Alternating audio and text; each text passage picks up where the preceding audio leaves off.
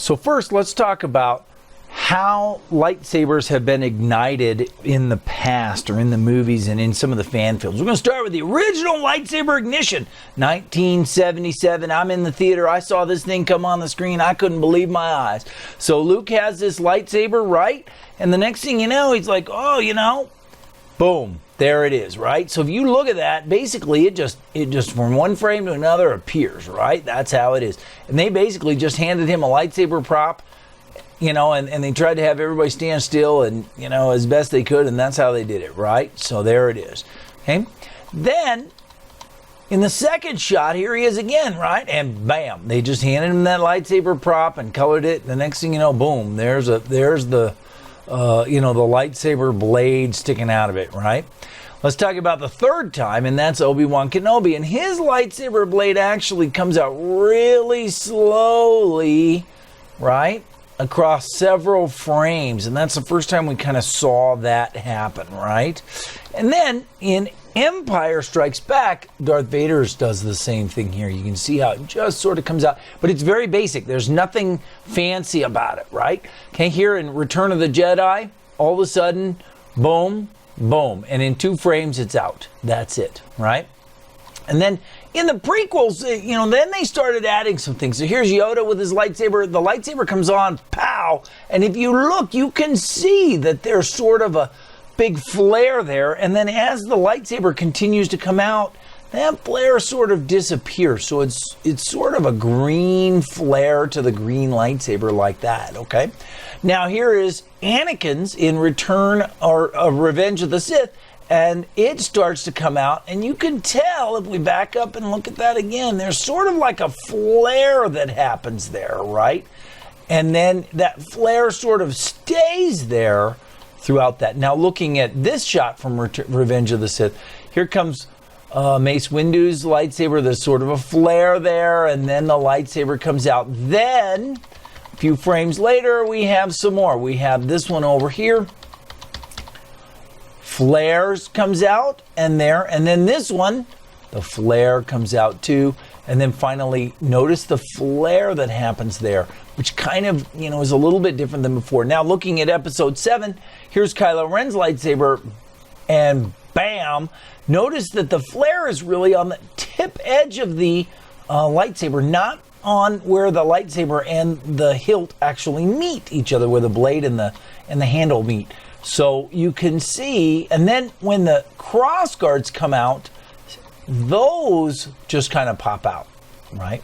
So that's that. Now watch, when Rey opens Luke's lightsaber, it just sort of appears, but notice that, you know, that the core of the lightsaber trails the rest, or the glow, and then the flare is again here on the tip this way, and you can really see that.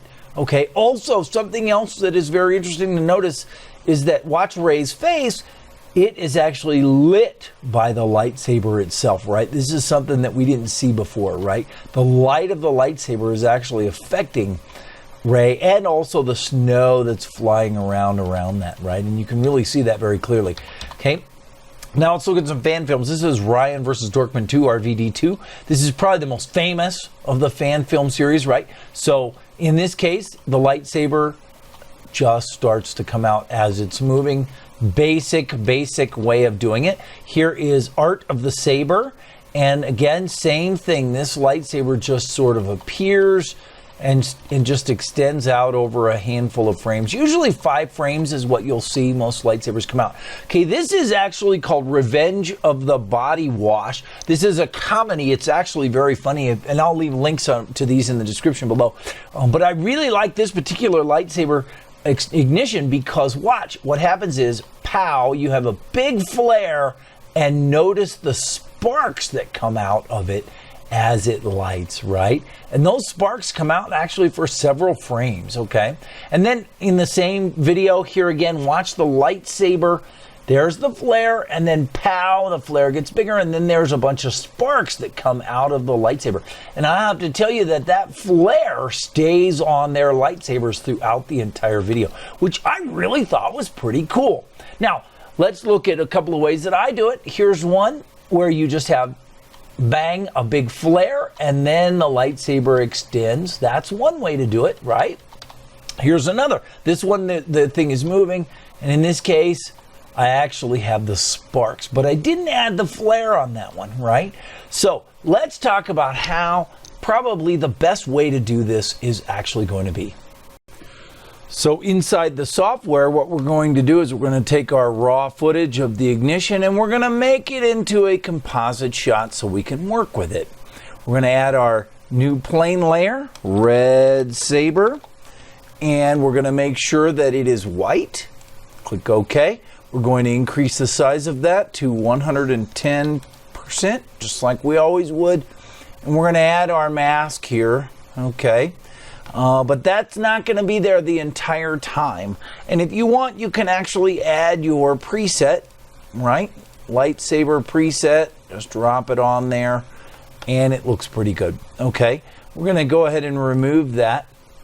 And we're going to actually scrub through until we find the point where our actor is actually pulling out the saber. And I'm going to say it's about right there.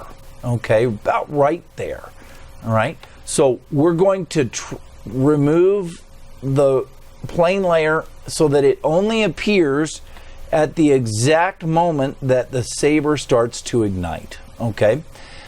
And then we are going to bring that down, and this will be the initial part of where the saber is. Okay. And it's going to just barely be there on the first frame, because we only want this thing to actually ignite over about 4 frames worth, okay, or maybe even 3 frames, just sort of depends.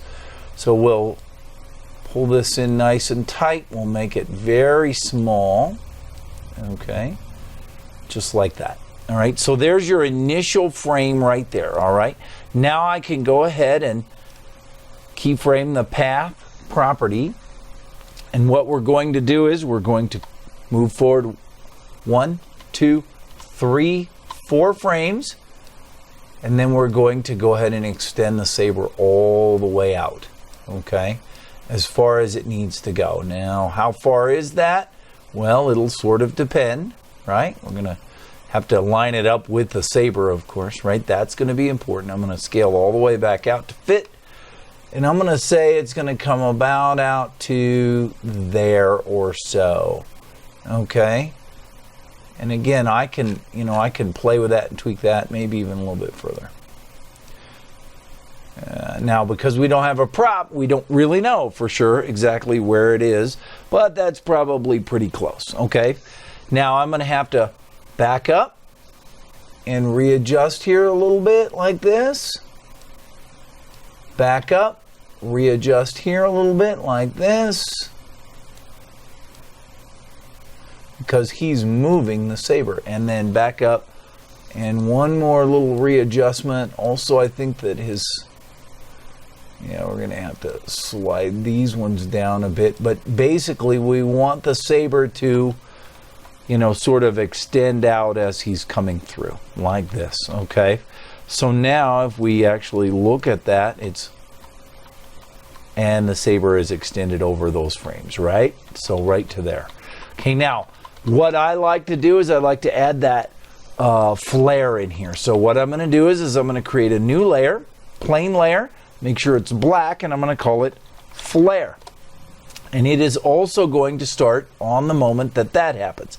Now, right now, the black layer is covering everything. So what I'm going to do is I'm going to change the blend mode to add, so it only adds the flare, but not the rest of the black plane. And I'm going to search for flare. And I'm going to drop a light flare right here onto the plane. Okay, I'll back out here so I can find it. And I can grab the hotspot position and drag it on down here. Okay, turn it off for just a second so that I get an idea of where it's at. Okay, the hotspot position, and I can place it directly there. Okay, now again, it's only going to go 1, 2, 3, 4 frames out. Okay, so it'll be extended by then, right? So there's the first pow, and it could be a fairly large, but I don't think it probably needs to be quite that big, maybe 0.2 7 or so, just big enough that you can see the flare. 0.8 maybe. Okay. Get an idea of exactly, yeah, that looks like pow, right? Okay, and then what you're going to do is you're going to keyframe the intensity. So then you go 1, 2, 3, and guess what? Maybe 4, and now the flare is gone. Okay, so it started off pow, and then it's gone, right? Also, I probably want to keyframe the hotspot center position, so it's there on the first one, and then we'll move it to here, and we'll move it to here, and we'll move it to there. Okay, and by this time I think it's gone. Okay, all right, so now we have this. Pow, right? And that is usually the best way to do it. You can add the sparks like we saw before. You can add these other things in here. But the bottom line is that's probably the best way to make that happen. Just a nice flare to start, and then bang, let the lightsaber come out over 3 or 4 frames. So, hope you learned something from this video. If you like what you see, hit that subscribe button, like the video, and otherwise, thanks for watching.